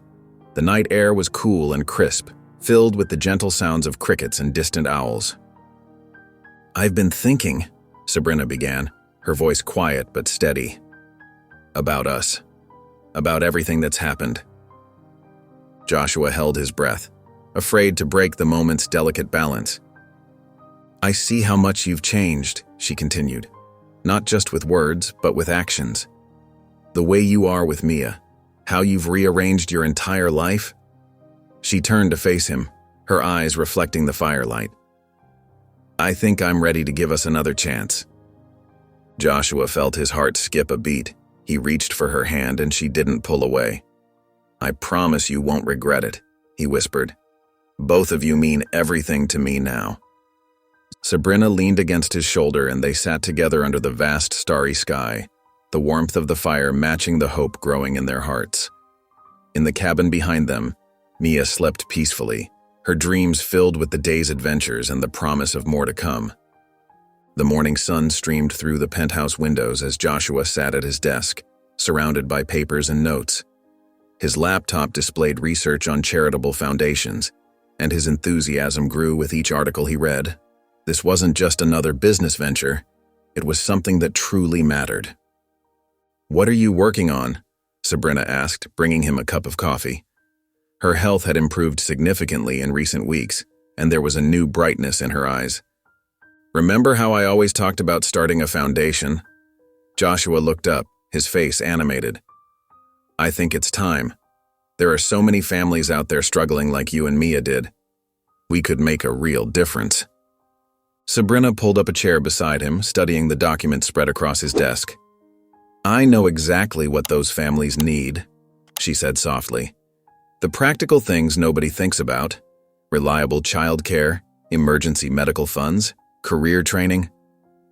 Joshua turned to her, surprised by her interest. Would you want to help shape this? Your experience would be invaluable. I'd love to, Sabrina replied, already reaching for a notepad. We could start with a community center, maybe? Somewhere parents can find resources and support. They spent the morning brainstorming, their excitement growing as ideas flowed. Mia wandered in occasionally, adding her own suggestions with childlike wisdom. Kids need fun stuff too, she insisted, like art classes and story time. The Foundation's first community event took place in a renovated warehouse. Colorful balloons decorated the space, and information booths lined the walls. Joshua watched in amazement as families streamed through the doors, many with children Mia's age. "Look how many people came," Mia exclaimed, clutching her father's hand. She wore a small name tag that proudly read, "Junior Helper." Sabrina moved from booth to booth, sharing her story with other single parents. Her openness and understanding brought tears to many eyes, and soon small groups formed as people shared their experiences and hopes. Joshua felt a warmth spread through his chest as he observed the scene. This wasn't about spreadsheets or profit margins. It was about real people, real families, real change. He watched as Mia led other children to the art corner they'd set up, their laughter echoing through the space. "You've done something wonderful here," a young mother told him, her eyes bright with gratitude. "This is exactly what our community needed." Sabrina joined them, slipping her hand into Joshua's. "We're just getting started," she said with a smile. "There's so much more we want to do."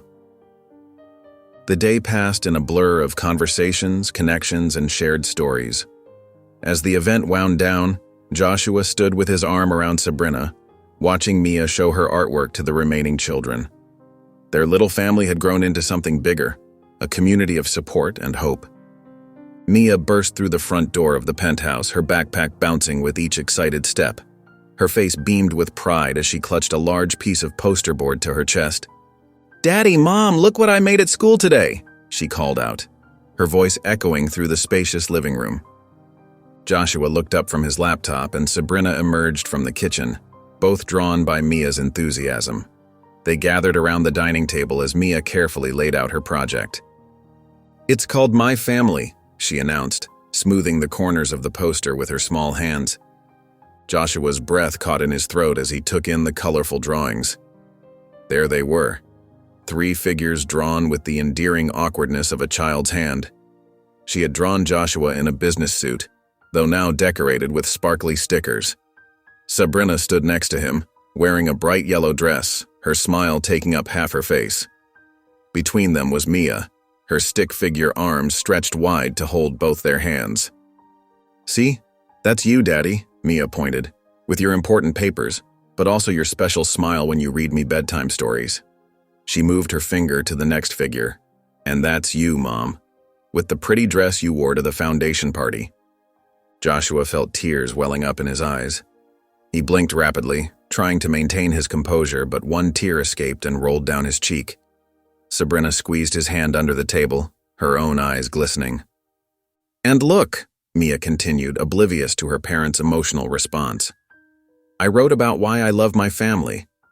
She pointed to the wobbly handwriting beneath the drawing. "My family is special because we found each other. My daddy gives the best hugs and my mommy makes me feel safe. We help other families now too." Unable to contain himself, Joshua pulled Mia into a tight embrace. "This is beautiful, sweetheart," he whispered, his voice thick with emotion. Looking at the project, Joshua was suddenly struck with an idea. "You know what we should do? We should make a family scrapbook together." Mia's eyes lit up. "Like my project, but bigger?" "Exactly," Sabrina chimed in, already warming to the idea. "We could put in photos and write down our favorite memories." They spent the next hour gathering supplies, a large album, colorful paper, markers, and boxes of photos that Sabrina had kept over the years. Joshua even printed some recent pictures from his phone. Gathered around the coffee table, they began arranging their memories. Mia insisted on decorating each page with stickers and drawings. Joshua found himself sharing stories behind various photos. His first day as CEO, now seeming like a lifetime ago. Sabrina contributed pictures of Mia's early years, each one accompanied by a tender memory. As evening settled in, they migrated to the couch, the completed pages of their scrapbook spread before them. Mia nestled between her parents, pointing at different photos and asking questions. "Tell me again about this one," she said, pointing to a picture of Joshua and Sabrina from their high school days. Joshua and Sabrina exchanged glances over Mia's head, sharing a silent moment of understanding. Their journey had been long and complicated, but here they were, creating new memories while healing old wounds. They sat together in the soft lamplight, turning pages and sharing stories. Mia's school project sat proudly displayed on the mantel, a testament to their unconventional but precious family bond. The evening stretched on, filled with quiet laughter and gentle reminiscing, each moment adding another invisible page to their family's story. Joshua stood nervously in front of the closed double doors on the penthouse's east wing. Sabrina and Mia exchanged curious glances beside him, wondering what could make the usually composed businessman fidget like an excited schoolboy. "Close your eyes," he said softly, his hand resting on the door handle. "Both of you." Mia giggled and squeezed her eyes shut tight, while Sabrina raised an eyebrow but complied. The doors creaked open, and Joshua guided them forward with gentle hands on their shoulders. "Okay, open them." Gasps filled the air as mother and daughter took in the transformed space. What had once been a sterile home office was now a warm, inviting family room. Soft, cream-colored walls displayed framed photos from their recent adventures, their camping trip, the foundation's opening day, and candid moments captured during family dinners. Plush couches in warm earth tones formed a cozy seating area around a stone fireplace. Built-in bookshelves lined one wall filled with both children's books and novels. "Look, Mom." Mia darted toward a corner where a child-sized art station had been set up, complete with easel and supplies. "It's just like my art corner at school." Sabrina walked slowly through the room, her fingers trailing along the spines of books, touching photo frames, taking in every detail. Her eyes lingered on a vintage record player beside a collection of vinyl albums, just like the one she'd had in high school. While Mia explored every nook and cranny, pulling out board games and examining art supplies, Joshua moved to stand beside Sabrina. "I wanted to create a space that belongs to all of us," he said quietly, his voice thick with emotion. "Something that isn't about work or appearances or my old life. Just us."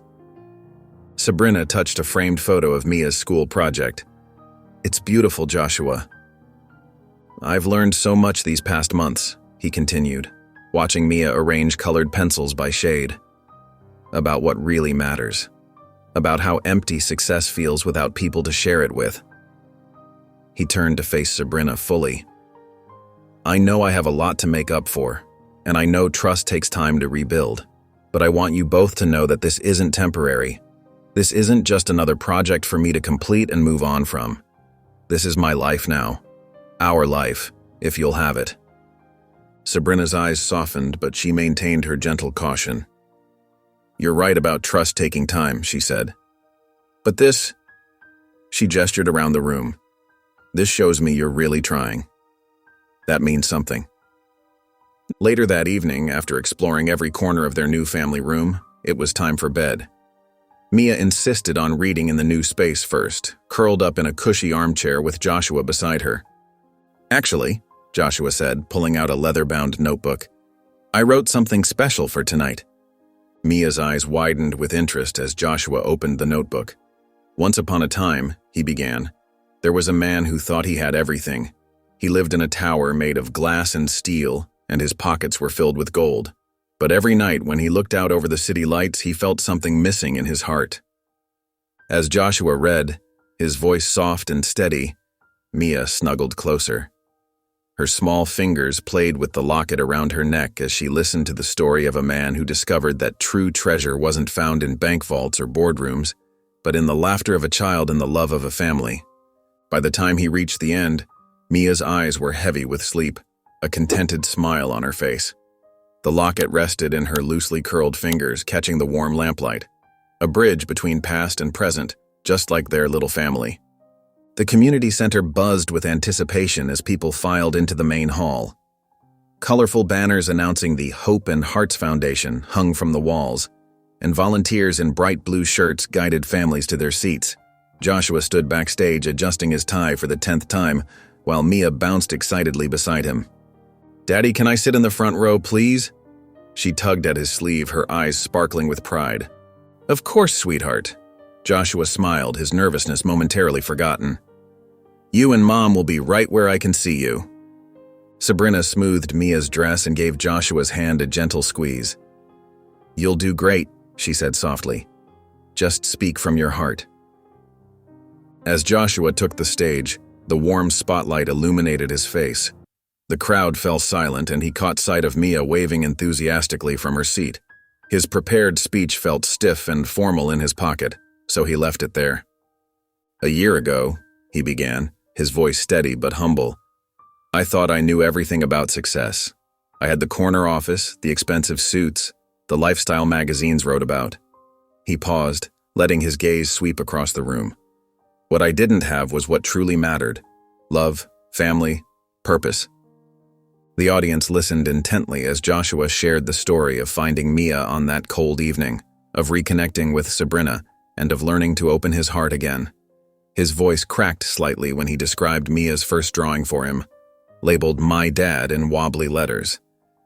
"My daughter taught me that success isn't measured in dollars or deals," he continued, looking directly at Mia's beaming face. "It's measured in moments, in bedtime stories and morning hugs, in learning to make pancakes together even when they turn out funny-shaped." Gentle laughter rippled through the crowd. "And my partner," he glanced at Sabrina, who sat straight-backed but with glistening eyes, "showed me that true strength isn't about power or control. It's about having the courage to be vulnerable, to admit mistakes, and to try again even when you're scared." As Joshua spoke about the Foundation's mission to support single parents and children in need, heads nodded throughout the audience. Many wiped away tears as he described programs for medical assistance, educational support, and community building. "We're not just providing resources," he explained, his voice passionate. "We're creating a community where every parent knows they're not alone, and every child has a chance to dream big."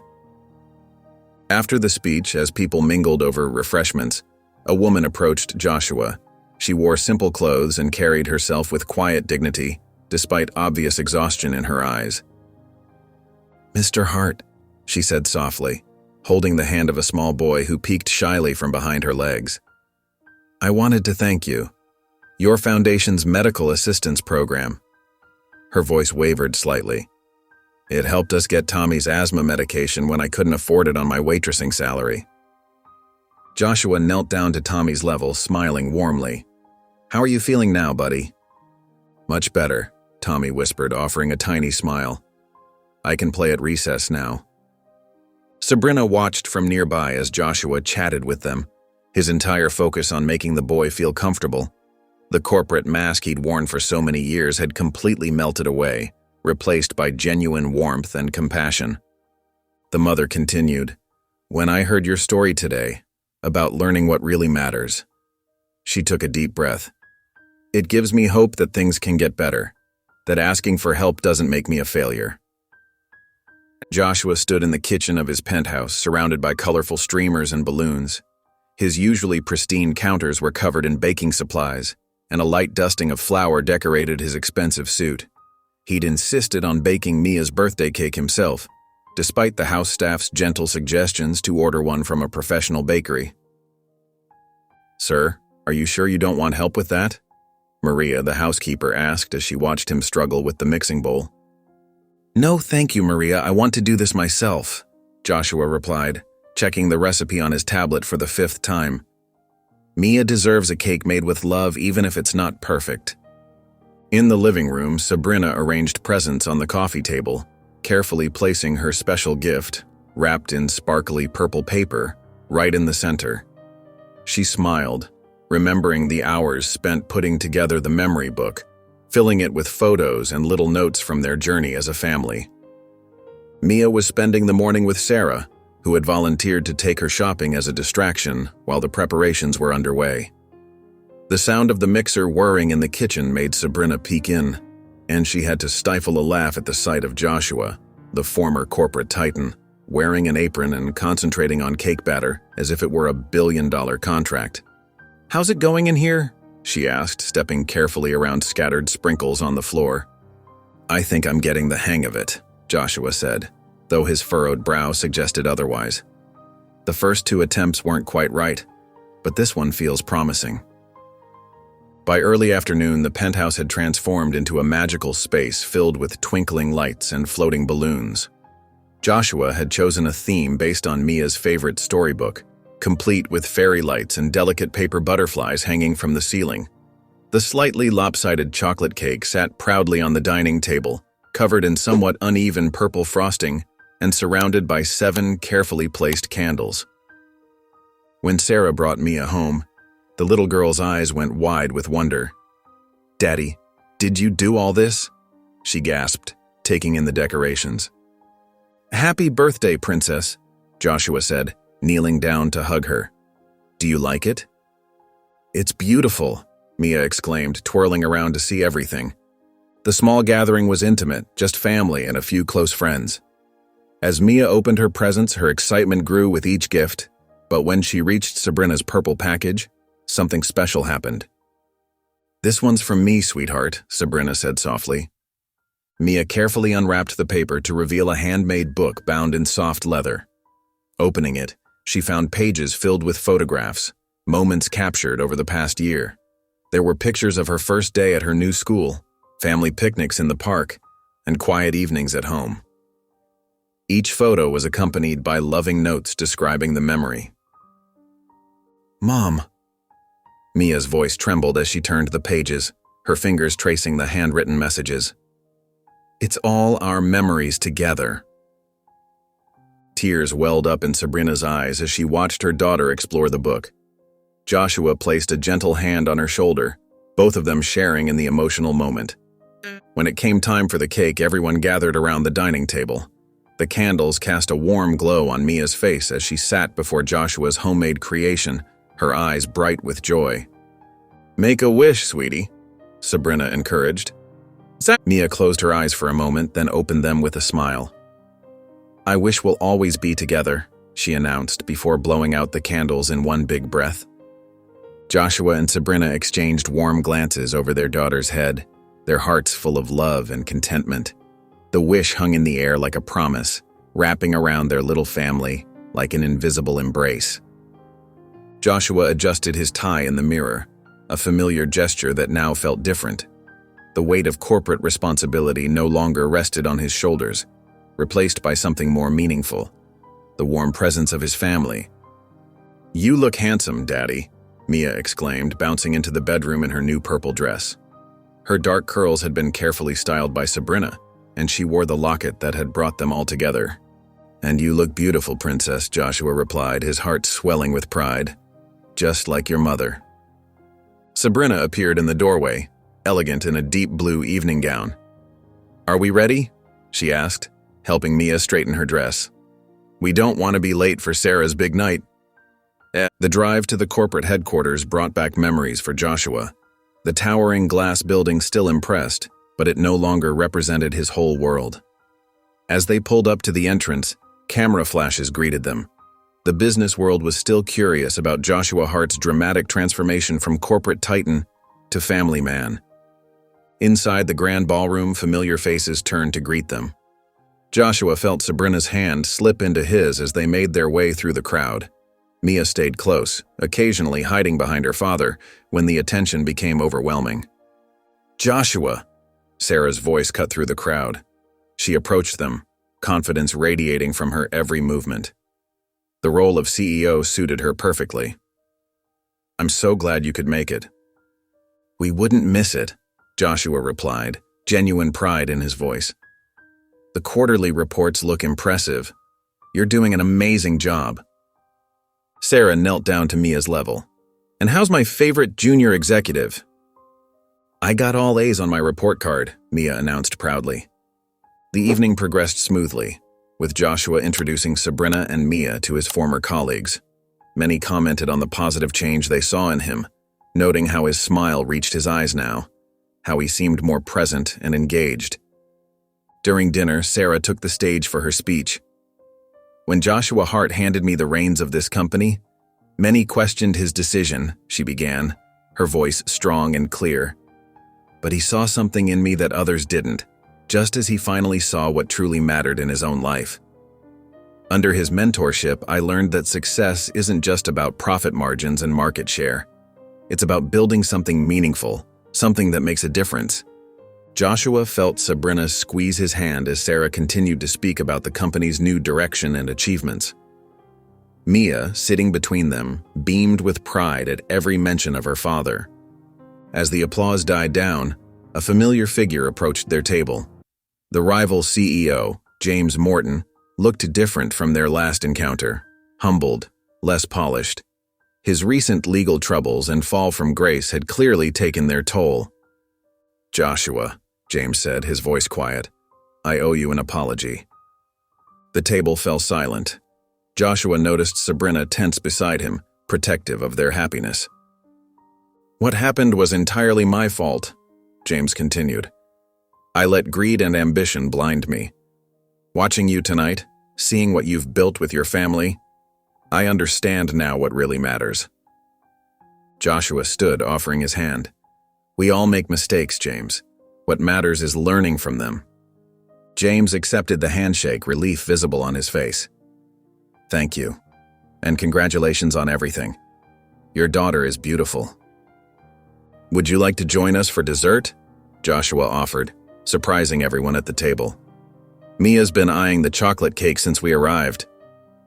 The tension dissolved as James accepted, and soon the conversation flowed naturally. Sabrina, initially wary, softened as she observed the genuine remorse in James's manner. Mia, with her natural ability to bring warmth to any situation, asked innocent questions about his own family, drawing out a softer side of the former rival.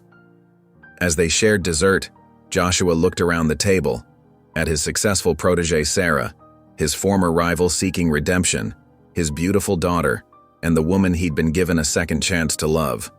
The corporate world that had once consumed him now felt like a distant memory, replaced by something far more precious. The autumn breeze rustled through the trees at Central Park, carrying the sound of children's laughter across the playground. Joshua sat on a wooden bench beside Sabrina, their shoulders touching lightly as they watched Mia chase falling leaves nearby. The afternoon sun painted everything in warm golden hues, making the moment feel almost magical. "Look, Daddy, this one's perfect," Mia called out, holding up a vibrant red maple leaf. Her eyes sparkled with excitement as she added it to her growing collection. "Maria, is that you?" A familiar voice called out. Joshua and Sabrina turned to see Emily Chen, the single mother they'd met at the foundation event, approaching with her young son Tommy.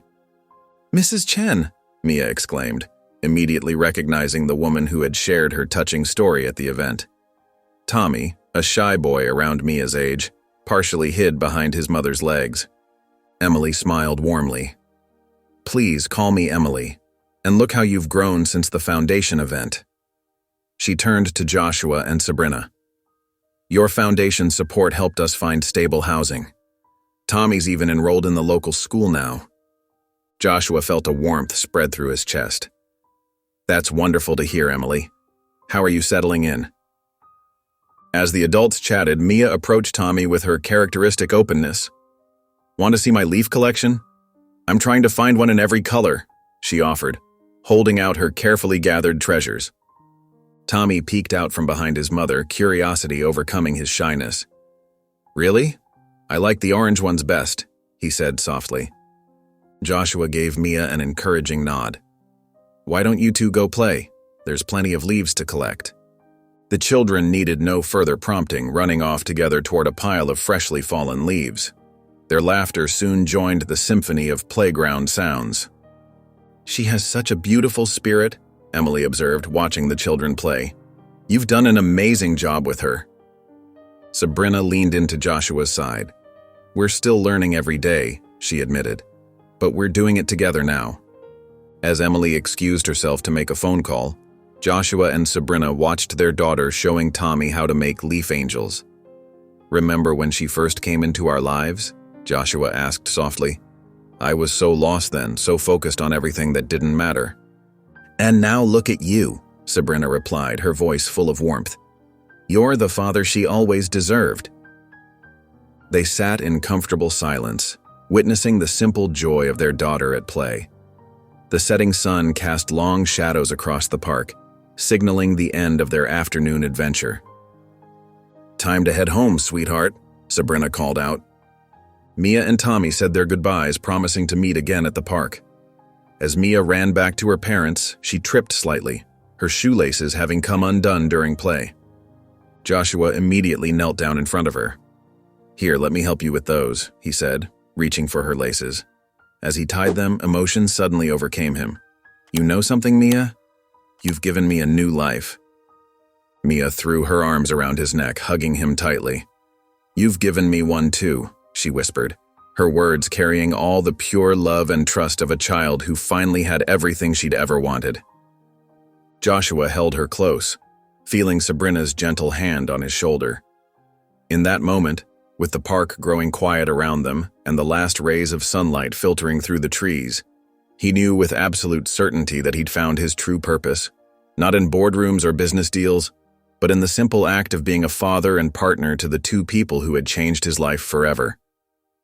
The Hart family's backyard had been transformed into a welcoming space for their first community gathering. Strings of warm lights hung between trees, casting a gentle glow over the lawn where tables decorated with wildflower centerpieces dotted the grass. The late afternoon sun painted everything in soft golden hues, making the scene feel almost magical. Children's laughter rang out from the corner of the yard where Mia and her friends had set up an impromptu art station. Paper, crayons, and markers were scattered across a low table as the kids created colorful masterpieces. Mia, wearing her favorite blue dress and the locket that had started it all, was showing Tommy Chen how to draw butterflies. "Like this," she explained patiently, her dark curls falling forward as she demonstrated the technique. "You make the wings match on both sides." Other parents mingled around the buffet table, sharing stories and building the kind of connections that Joshua once thought unnecessary in life. Sarah, taking a break from her CEO duties, chatted with some of the foundation's beneficiaries, her face glowing with pride at how far they'd all come. The aroma of grilled vegetables and fresh bread wafted through the air as the catering staff quietly replenished the food stations. Joshua had insisted on using a local catering company that employed single parents, another way the Hart Foundation was making a difference in the community. On the wraparound porch, Joshua and Sabrina sat side by side on the cushioned swing, their fingers intertwined. Sabrina's health had improved significantly with proper medical care, and her cheeks held a healthy flush that made her look years younger. She wore a simple sundress that caught the breeze, her hair loose around her shoulders. "Did you ever imagine this?" Sabrina asked softly, squeezing Joshua's hand. "All those years ago, when you were focused on building your empire?" Joshua shook his head, his eyes crinkling at the corners as he smiled. "I thought I knew what success looked like back then," he admitted.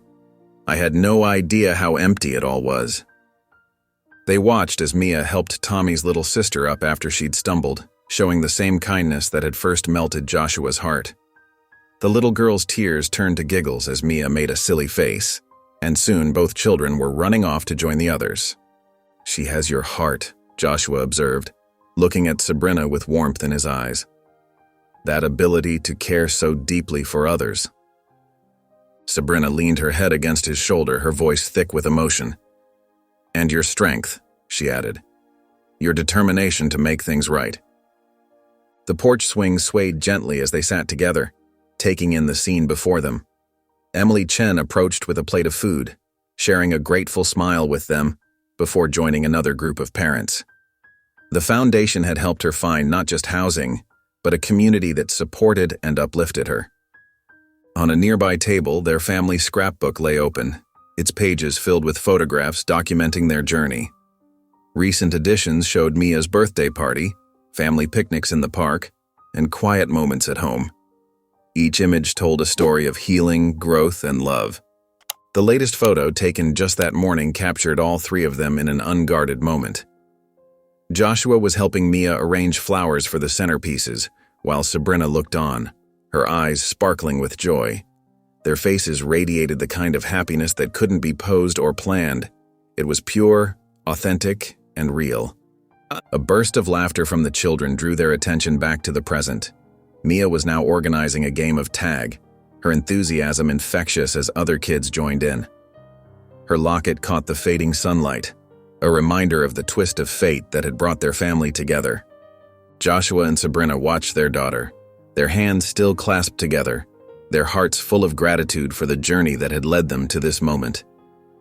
The sound of music drifted up from the small band setting up near the garden, adding another layer of warmth to the already perfect evening. If you enjoyed the story of Joshua, Sabrina, and Mia, I handpicked this next story that will touch your heart. Please don't miss this one. Click here to watch it.